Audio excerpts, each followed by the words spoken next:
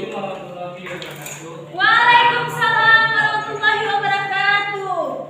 Gimana kabar anak-anak sekalian? Baik, Pak.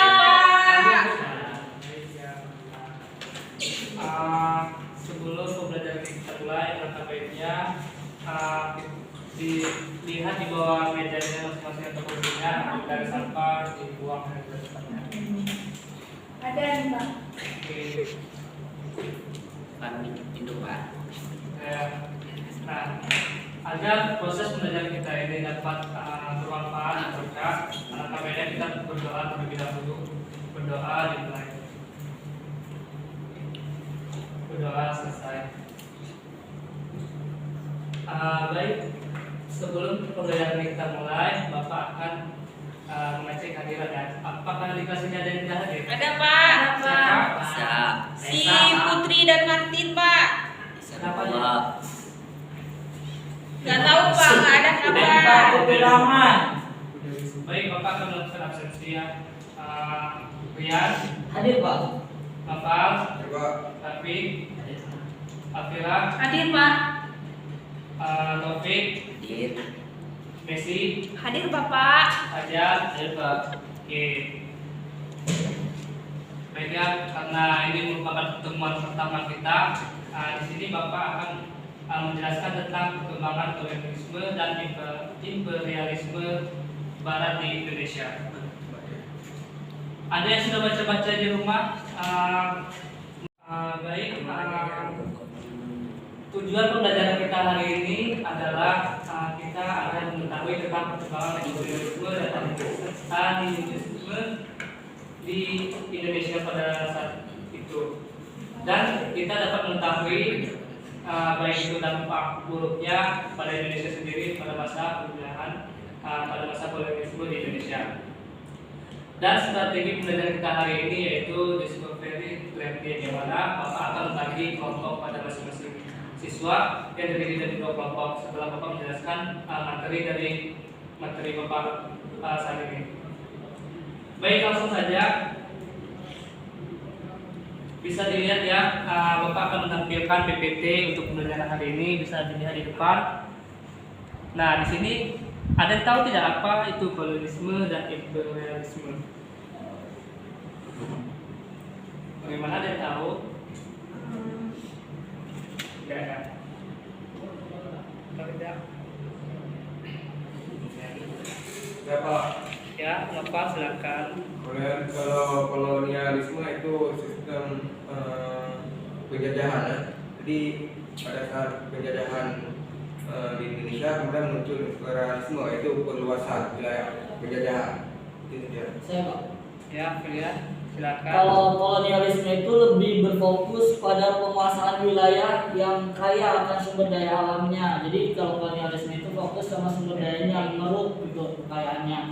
Kalau imperialisme itu lebih berfokus pada penguasaan politik, memperluas pengaruh di suatu negara, jadi memperluas wilayah seperti itu Pak. Ya, benar ya apa yang dijelaskan oleh Novel dan Afia, di mana imperialisme dan kolonialisme ini sangat berkaitan ya pada negara ini, karena kolonialisme itu pada saat itu negara bangsa-bangsa Eropa masuk ke Indonesia untuk mencari sumber daya alam, dan mereka pada saat imperialisme mereka memperluas wilayahnya. Dan baik, yang selanjutnya. Nah, di sini ada latar belakang masuknya bangsa Eropa ke Indonesia. Yang pertama itu ada jatuhnya kota Konstantinopel pada tahun 1453 ke tangan penguasa Turki Utsmani. Dan yang kedua, terdapat juga kisah perjalanan Marco Polo ke dunia timur, yaitu perjalanannya kembali Marco Polo ke negeri Cina melalui jalur pelayaran. Dan yang ketiga ada penemuan Copernicus yang didukung oleh Galileo yang menyatakan bumi itu bulat. Dan yang berikutnya ada penemuan kompas. Dan yang berikutnya ada semangat Reconquista, yaitu semangat untuk menaklukkan Islam di seluruh dunia.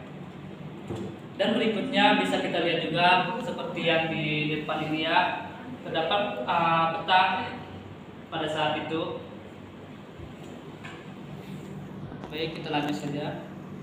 Nah, di sini ada penjelajahan bangsa Eropa ke Indonesia. Nah, penjelajahan ini utamanya negara Indonesia itu dijajah oleh Portugis dan kemudian disusul oleh Spanyol, yang mana masuknya kota asing di Indonesia ini terdiri dari beberapa faktor ya. Yang pertama ini ada pengaruh dan kekuasaan kolonialisme Portugis dan Spanyol di Indonesia. Dan yang kedua terbentuknya kekuasaan kolonialisme dan imperialisme Belanda di Indonesia. Yang ketiga ada pengaruh kekuasaan Prancis di Indonesia. Dan yang berikutnya ada masalah kolonialisme dan imperialisme Inggris di Indonesia.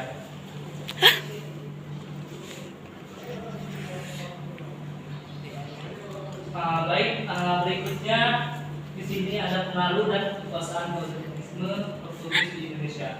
Nah, di sini ada penjelajahan pertama, yang mana Bartolomeu Dias yang berhasil mencapai tujuannya pada saat itu pada tahun 1487. Kemudian Pantu ini menginjak kakinya di tanah Caricur, yang mana pada tahun 1498. Dan setiap daerahnya yang baru memasuki batu Patrau, yaitu bertulisan dengan simbol pada gambar bola dunia bersatu.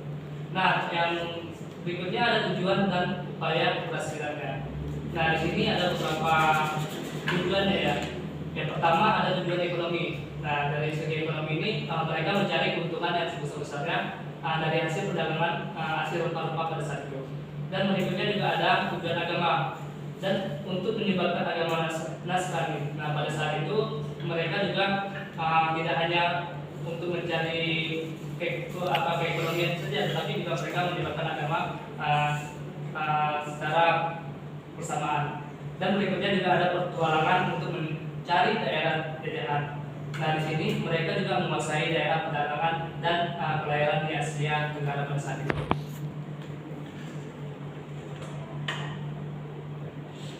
Nah, di sini terdapat ya seperti di depan.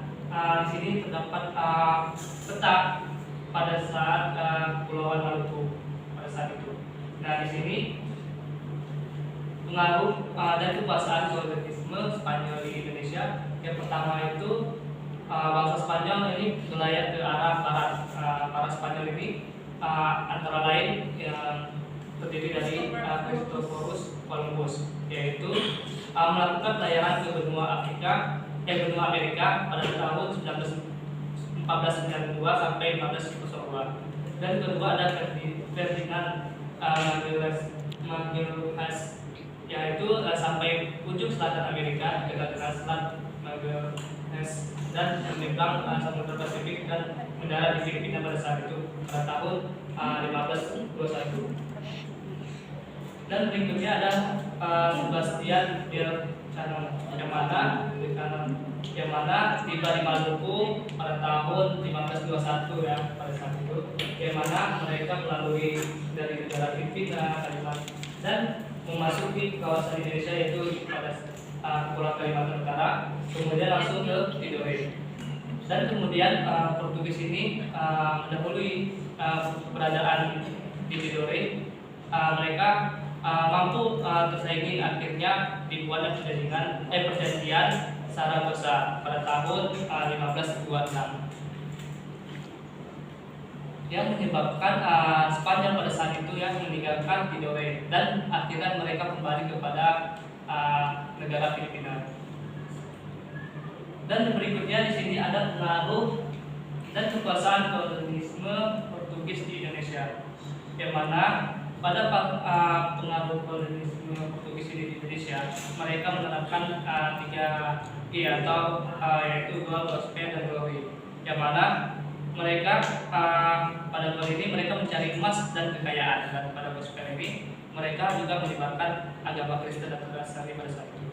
Dan berikutnya juga ada glory, yang mana mereka mencari taruman nama atau kejayaan dan kekuasaan pada saat itu.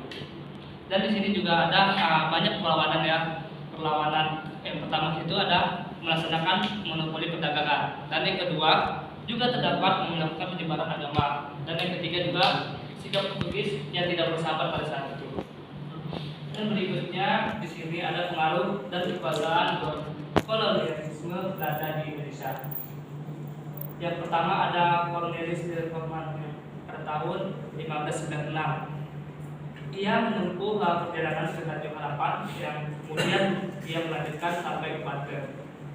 Akibat dari kedatangannya, dia ditolak oleh rakyat Banten pada saat itu karena Cornelis ini bersikap kasar dan sombong pada masyarakat Banten, makanya dia diusir oleh masyarakat. Dan yang kedua, George Van Nex yang mana kedatangannya ini dia ini datang ke Indonesia ataupun datang ke Banten disambut dengan baik oleh masyarakat Banten. Ini malah terbalik ya daripada Cornelis, karena dia merupakan gubernur jenderal pertama di Pierpont pada saat itu. Dan berikutnya ada juga tujuan didirikannya VOC. Nah, di sini mereka mendirikan VOC yang pertama adanya mereka menginginkan menghindari atau pesaing dagang antara sesama dagang Belanda. Dan yang kedua, mereka juga memonopoli rempah-rempah di Hindia Timur. Dan yang berikutnya juga ada menghadapi persaingan dengan para pedagang asing. Dan selanjutnya mereka juga akan menghadapi kerajaan-kerajaan di Indonesia pada saat itu.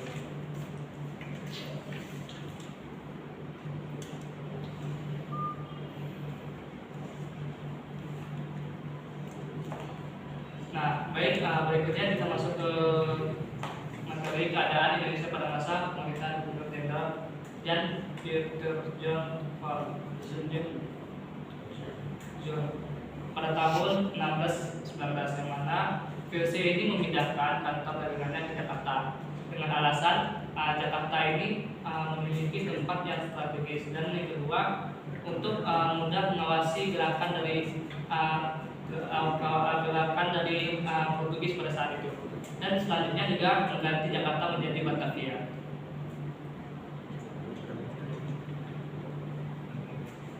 Dan di sini juga ada aturan monopoli VOC, yang mana terdapat dari 4 indikator. Yang pertama, rakyat Maluku hanya boleh menanam rempah-rempah atas izin VOC pada saat itu. Dan yang kedua, luasnya wilayah perkebunan dibatasi oleh VOC. Dan selanjutnya harga jual ini ditentukan oleh pihak VOC. Dan selanjutnya tempat tanaman rempah-rempah ini ditentukan juga oleh pihak VOC.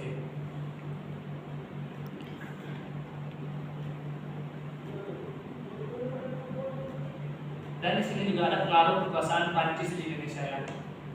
Di sini pada tahun 1806 Napoleon mengangkat adiknya yaitu Louis Napoleon sebagai Raja Belanda. Yang kedua, Prancis juga menguasai Belanda, yang berarti negeri ini menjadi daerah kekuasaan Belanda atau Prancis pada saat itu. Dan perkembangan di Asia Tenggara, musuh utama Inggris yaitu Semenanjung Malaya. Baik, berikutnya pada tahun 1808, Herman William Dendes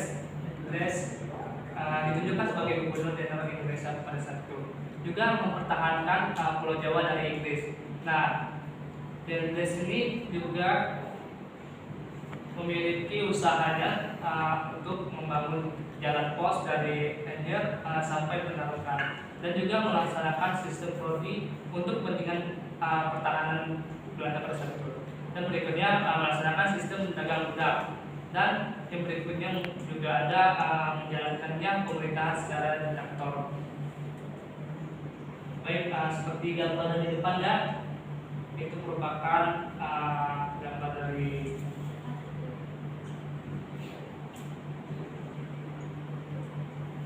Jenderal William Dendes saat itu. Dan berikutnya di sini juga ada kolonialisme dan imperialisme pada masa Inggris di Indonesia. Dan di sini Inggris juga mendirikan Konsil Dagang atau AIS. Nah, di sini pada tahun 1600. Nah, yang berikutnya pada tahun 1811 Louis Napoleon mencopot kedudukan Dendes yang diangkat pada saat itu sebagai Jenderal Jackson. Dan yang ketiga pada tahun 3 Agustus 1811 Inggris muncul di Batavia, dan tokohnya Stafford telah berhasil merebut seluruh wilayah kekuasaan Belanda di Dan berikutnya juga ada Inggris mengadakan perjanjian London dengan Belanda. Dan selanjutnya mereka juga menetapkan sistem pajak tanahnya dan penyerahan kekuasaan atas Indonesia dari Inggris kepada Belanda.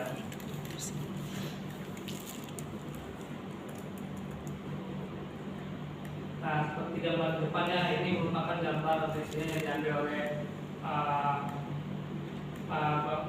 orang Belanda pada saat itu. Dan di sini juga ada kekuasaan yang dialihkan oleh pemerintahan Belanda. Di sini ada kebijakan politik liberal yang mana tugasnya menyelamatkan Belanda dari kebangkrutan adalah dari kebijakan konservatif, yaitu penyelamatan misalnya dengan mereka mengadakan tanda paksa di Indonesia dengan tokohnya Ferdinand Rose.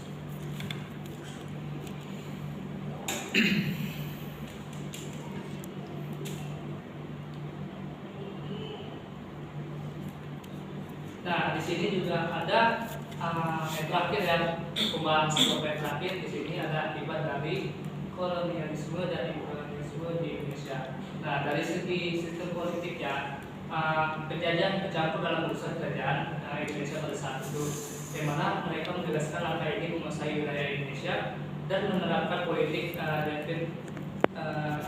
imperial, yaitu berlakunya hukum-hukum kolonial pada saat itu.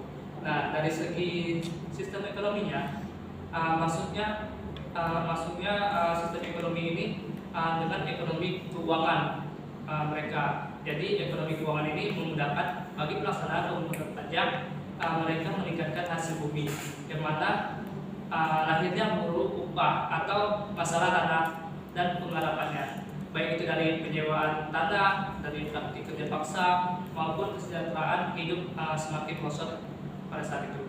Dan dari segi kebudayaannya juga terdapat pengaruh barat di lingkungan tradisional semakin luas, sehingga terdapat jejak-jejak peninggalan budaya yang mana seperti pengaruh kata-kata dalam bahasa Indonesia, baik itu dari segi kesenian dan bangunan-bangunan kolonial yang mempunyai arsitektur barat pada saat itu.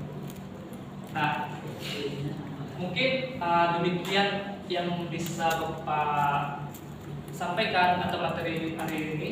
Dan seperti Bapak sampaikan tadi, setelah Bapak menyampaikan materi Bapak, yang mana Bapak akan membagikan dari siswa sekalian menjadi 2 kelompok ya.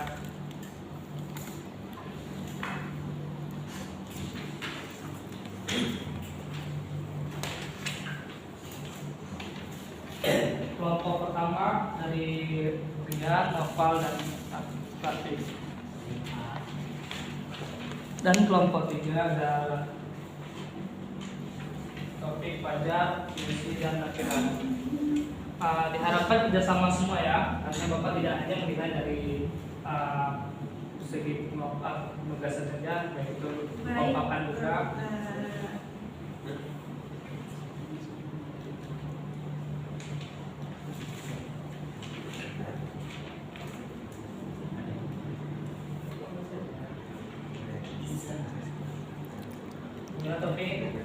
Gimana Topik? Ada yang kurang jelas Topik? Jelas Pak. Gimana kelompok 1? Boleh dicari.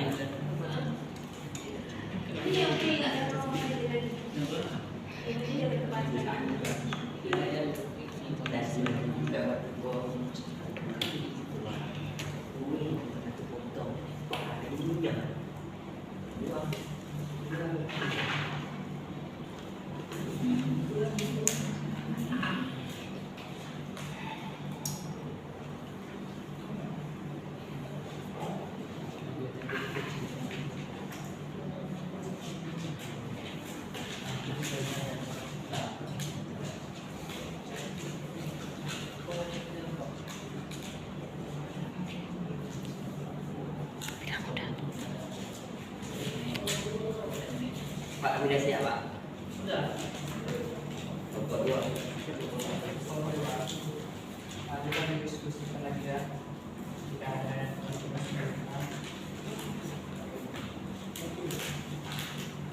gimana kelompok 1? Sudah Pak. Sudah ya. Kelompok 2? Ya. Ya. Baik, pada masing-masing kelompok diharapkan mempresentasikan hasil diskusinya dan perwakilan saja ya. Kelompok 1.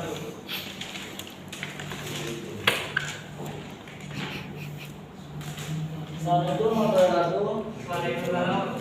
Saya perwakilan kelompok 1 akan membacakan hasil kerja kelompok kami. Yang pertama, jelaskan pengaruh dari kekuasaan kolonialisme Spanyol dan Portugis di Indonesia. Kalau Spanyol itu pertama dari Christopher Columbus, itu pelayaran ke benua Amerika dari tahun 1492 sampai 1502. Kemudian Ferdinand Magellan sampai ujung selatan Amerika dikenal dengan Selat Magellan dan menyeberang Samudra Pasifik dan mendarat di Filipina tahun 1521. Kemudian Sebastian Elcano tiba di Maluku pada tahun 1521 setelah melalui Filipina. Portugis yang dulunya berada di Tidore tidak mau tersaingi, akhirnya dibuat perjanjian. Kemudian pengaruh Portugis, tujuan mereka yaitu 3G, yaitu gold, glory, dan gospel. Gold itu untuk mencari emas dan kekayaan, gospel itu menyebarkan agama Nasrani, kemudian glory itu untuk mencari keharuman nama dan kekuasaan. Terus banyak perlawanan karena yang pertama itu melaksanakan penyebaran agama, kedua melakukan penyebaran agama, ketiga sikap Portugis yang tidak bersahabat. Sekian, assalamualaikum warahmatullahi wabarakatuh.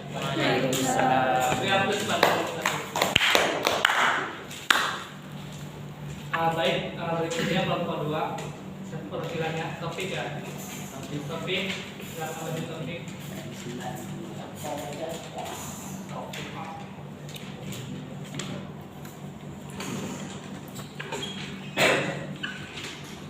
Baiklah, saya Dr. Rahman akan menjelaskan jalan dari kelompok 2. Itu akibat dari kolonialisme dan imperialisme di Indonesia.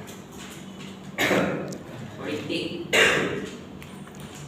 penjajah ikut campur dalam urusan kerajaan di Indonesia, menegaskan langkahnya ingin menguasai wilayah Indonesia dan menerapkan politik imperial berlakunya hukum kolonial.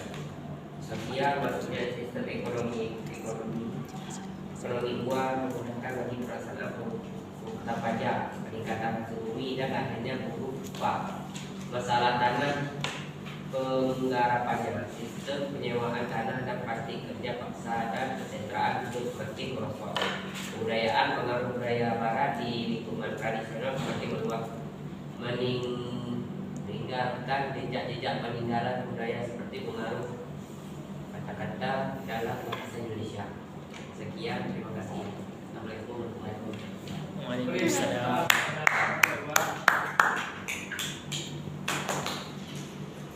Baik, dari keseluruhan kelompoknya sudah bagus, baik itu dari segi membuat atau diskusi kelompoknya, dan Bapak ini menilai ya, dari dua kelompok ini ada pasti ada yang lebih baik dan ada yang kurang baik. Nah, dari kelompok 1 ini sangat bagus, mereka dari segi tulisannya dan segi penyampaian juga sangat bagus. Tapi kelompok 2 jangan kecewa ya, walaupun ada perbedaan sedikit. Ya. Dari presentasi yang kita lakukan, apakah atau materi kita hari ini, apakah dari anak-anak Bapak sekalian ada bisa yang menarik kesimpulan materi kita hari ini?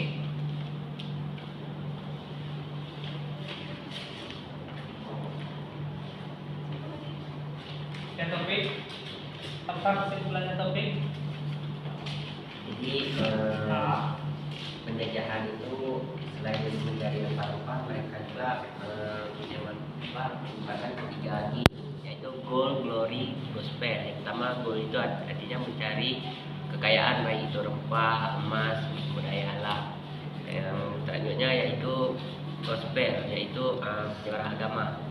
Seperti selain mereka mencari kekayaan, mereka menyebarkan agama seperti yang paling mendominasi di Indonesia yaitu agama Kristen ya. Terakhir ialah glory, yaitu kejayaan. Hingga di Indonesia sendiri ada terjadinya imperialis dan kolonialis. Seperti di Indonesia terjadinya yaitu kolonialisme, yang mana Belanda menjajah Indonesia sehingga mereka membuat koloni-koloninya sendiri. Sekian Pak. Ya, baik. Bagus ya kesimpulan dari topik. Jadi biar lupa tambahkan sedikit ya. Jadi kesimpulannya, baik itu dari masa kolonialisme dan imperialisme di Indonesia ini, baik dari masa Spanyol masuk ke Indonesia sampai ke Jepang, pasti sangat membuat masyarakat Indonesia sengsara. Karena mereka dengan mencari kekayaan dan mereka dengan memaksa rakyat Indonesia, sehingga menimbulkan bekas luka yang dalam pada rakyat Indonesia itu sendiri pada saat itu. Dan di sini juga terdapat akibat dari kolonialisme dan imperialisme di Indonesia, baik itu dari sistem politiknya, ekonomi maupun kebudayaannya. Nah, pasti terdapat beberapa perbedaan atau seperti pada sistem politiknya, karena mereka ikut campur dalam urusan kerajaan di Indonesia pada saat itu. Tidak hanya ikut campur, tapi juga mereka memperlakukan hukum-hukum kolonialisme pada masyarakat Indonesia pada saat itu. Dan berikutnya pada sistem ekonomi. Nah, di sini juga mereka mencari keuangan untuk mereka sendiri.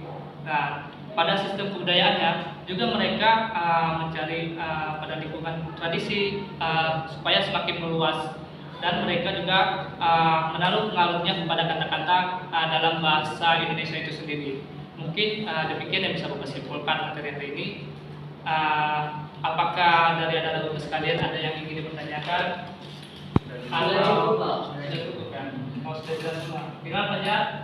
Fajar ada yang bertanya? Sudah sangat jelas. Sudah sangat jelas Pak. Oh, baik. Mungkin pertemuan kita cuma sampai di sini. Pada anak-anak sekalian, jangan lupa untuk belajar. Baik, jangan lupa pada anak-anak sekalian untuk mencari materi untuk minggu depan, yaitu perang melawan kolonialisme. Nah, semua materi itu bisa diresum dan dipelajari ya, karena pada pertemuan kedepannya Bapak akan melakukan kuis pada awal pembelajaran. Jadi mungkin demikian yang bisa Bapak sampaikan materi hari ini. Lebih dan kurang, Bapak mohon maaf. Bapak akhiri, assalamualaikum warahmatullahi wabarakatuh. Waalaikumsalam warahmatullahi wabarakatuh.